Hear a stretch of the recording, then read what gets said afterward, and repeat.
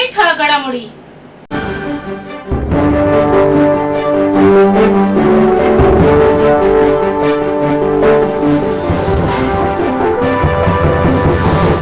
दलित व आदिवासी समाजाला दिलेल्या आरक्षणाविरोधात वक्तव्य केल्याप्रकरणी काँग्रेसचे नेते राहुल गांधी यांच्या निषेधार्थ भारतीय जनता पार्टी ठाणे शहर जिल्ह्यातर्फे काँग्रेस हटाव आरक्षण बचाव आंदोलन करण्यात आले. महामानव डॉक्टर बाबासाहेब आंबेडकर यांच्या कोर्टनाका येथील पूर्णाकृती पुतळ्यासमोर भाजपाचे जिल्हाध्यक्ष संजय वाघोले व आमदार संजय केळकर यांच्या नेतृत्वाखाली झालेल्या आंदोलनात काँग्रेसचा धिक्कार करण्यात आला. तसेच कोणत्याही परिस्थितीत आरक्षण हिसकावून दिले जाणार नाही असा इशारा आंदोलनाद्वारे देण्यात आला आहे. डॉक्टर बाबासाहेब आंबेडकर यांच्या संविधानाने दिलेले आरक्षण हिसकावून घेण्याची मानसिकता काँग्रेसच्या नेत्यांची आहे. अमेरिकेतील दौऱ्यात काँग्रेसचे नेते राहुल गांधी यांनी आरक्षण विरोधी वक्तव्य केल्याबद्दल देशभरात संताप व्यक्त केला जात आहे. या पार्श्वभूमीवर भाजपा ठाणे शहर जिल्ह्याच्या वतीने काँग्रेस हटाव आरक्षण बचाव आंदोलन करण्यात आले. या आंदोलनात मोठ्या संख्येने भाजपा कार्यकर्त्यांसह नागरिक सहभागी झाले होते. राहुल गांधी यांच्या वक्तव्यातून काँग्रेसचा खरा चेहरा हा जनतेसमोर आलाय. याकडे जिल्हाध्यक्ष संजय वाघोले यांनी लक्ष वेधले, तर काँग्रेसच्या नेत्यांनी कायम आरक्षणाविरोधी मानसिकता राहिली असल्याची टीका आमदार केळकर यांनी केली. भाजपचे जिल्हाध्यक्ष संजय वाघोले व भाजपचे आमदार संजय केळकर यांच्या नेतृत्वाखाली झालेल्या आंदोलनात माजी नगरसेवक मुकेश मोकाशी, माजी नगरसेविका दीपा गावण, जिल्हा सरचिटणीस मनोहर सुखदरे, सचिन पाटील, जिल्हा उपाध्यक्ष विक्रम भोईर, महिला मोर्चाच्या जिल्हाध्यक्षा स्नेहा पाटील, विद्या शिंदे, सुरेश पाटील, सचिन केदारी, अलकेश कदम, राकेश जैन, वृषाली वाघोले यांच्यासह विविध मंडळाचे अध्यक्ष व पदाधिकारी कार्यकर्ते मोठ्या संख्येने या आंदोलनात सहभागी झाले होते. गेली 5 ते 6 वर्ष अनेक आर्थिक संकटांचा सामना करणाऱ्या एसटी महामंडळाला सुगीचे दिवस सुरू झाले असून एसटीची आर्थिक घोडदौड सुरू झाली. ऑगस्ट महिन्यात 31 विभागांपैकी 20 विभागांनी नफा कमावलाय. या महिन्यात एसटी महामंडळाचा 16,61,61,00,000 रुपये इतका नफा झालाय. तब्बल 9 वर्षांनी ऑगस्ट 2024 मध्ये एसटी महामंडळ नफ्यात आल्याने माजी उपाध्यक्ष व व्यवस्थापकीय संचालक डॉक्टर मधुकर कुसेकर यांनी सर्व अधिकारी व कर्मचाऱ्यांचे अभिनंदन केले असून भविष्यात देखील प्रयत्नांची पराकाष्ठा करून महामंडळ सातत्याने फायद्यात येईल असे प्रयत्न करावे असे आवाहन त्यांनी केले. 2 वर्ष कोरोना महामारी आणि त्यापाठोपाठ 6 महिने कर्मचाऱ्यांचा चाललेला दीर्घकालीन संप यामुळे एसटी महामंडळ आर्थिकदृष्ट्या डबघाईला आले होते. एसटी बंद पडते की काय अशी अवस्था निर्माण झाली होती. मे 2022 पासून एसटीची सुरळीत वाहतूक सेवा सुरू झाली.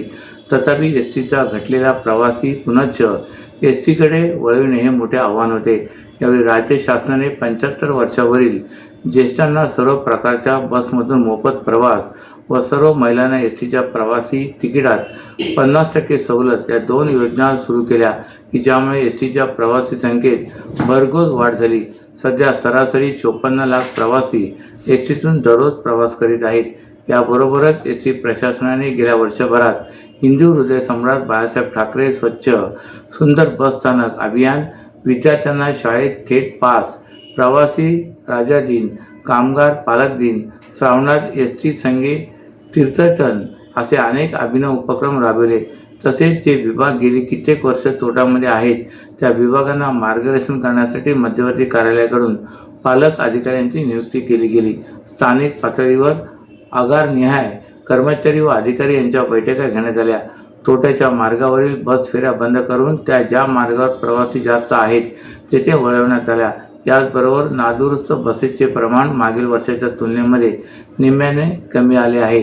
ते 12% वरून 6% आणण्यात आले. तसेच चालक व यांत्रिकी कर्मचाऱ्यांचे सातत्याने प्रबोधन करून डिझेलची कपात 52 किलोमीटरने वाढवण्यात आली. त्यामुळे डिझेलची बचत झाली. या सर्व प्रयत्नांचा एकत्रित परिपाक म्हणून ऑगस्ट महिन्यामध्ये एसटी महामंडळाला 16,86,61,00,000 इतका नफा झालाय.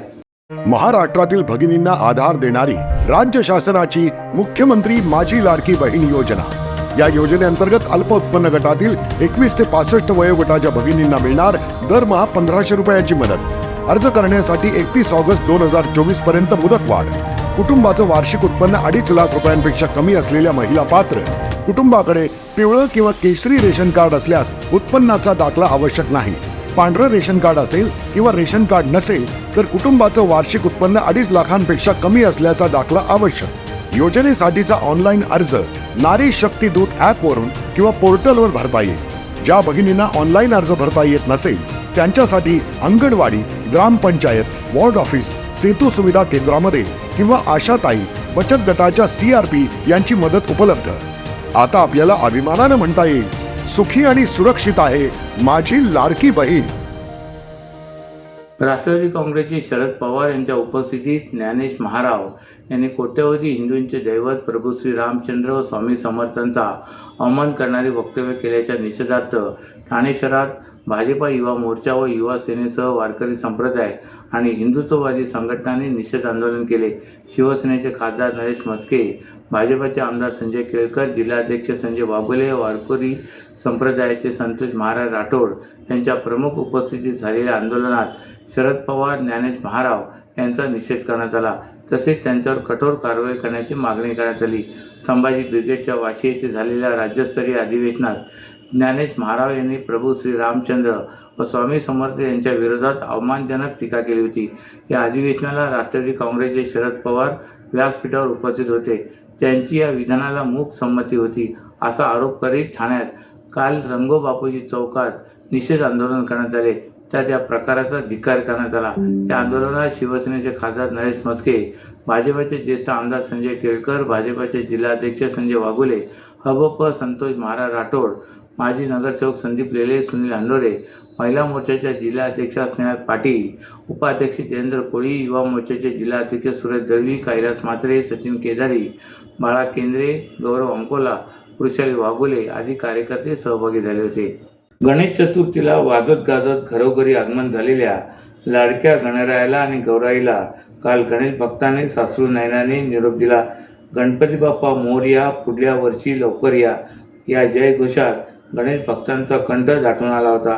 ठाण्यातील विविध कृत्रिम तलाव, रेतीबंदर, खाडीकिनारी विसर्जन सोहळा काल रात्री उशिरापर्यंत सुरू होता.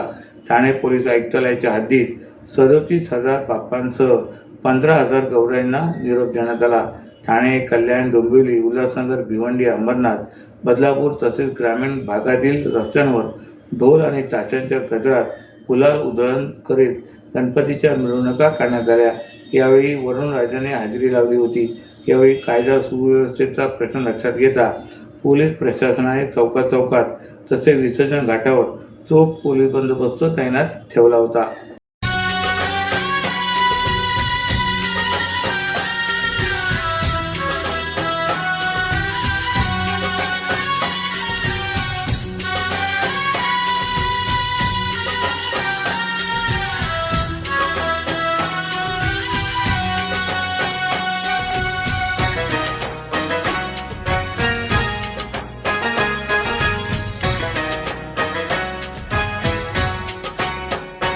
बाप्पा चालले आपल्या गावाला, चैन पडेना आमुच्या मनाला.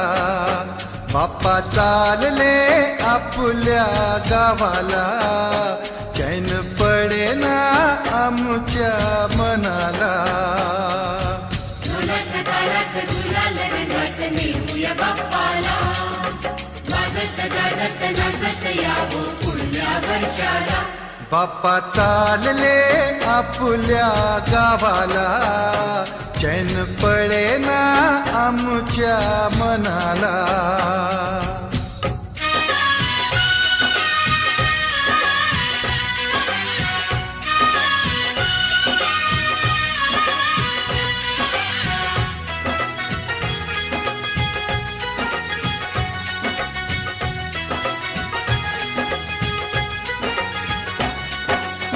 निराश आमच्या जीवनी हो, केली सुखाची किमया. तुम्ही निघाला सोडून हो, उजाड झाली दुनिया. मन व्याकुळते तुझला स्मरते, मन व्याकुळते तुझला स्मरते. दुःख सांगू आता कोणाला. बाप्पा चालले आपल्या गावाला, चैन पडे ना आमच्या मनाला.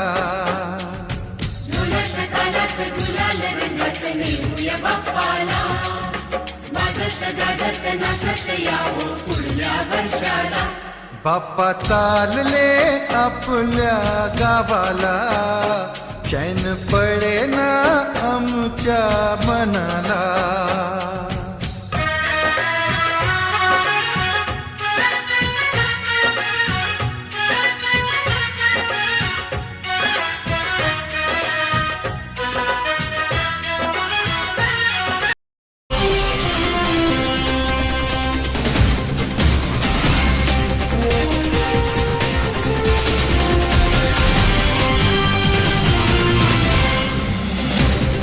तर या होत्या आजच्या काही ठळक घडामोडी. तर पुन्हा भेटू याच वेळी याच ठिकाणी. ठाणे दर्पण या वृत्तवाहिनीचे प्रसारण YouTube वर पाहायला विसरू नका.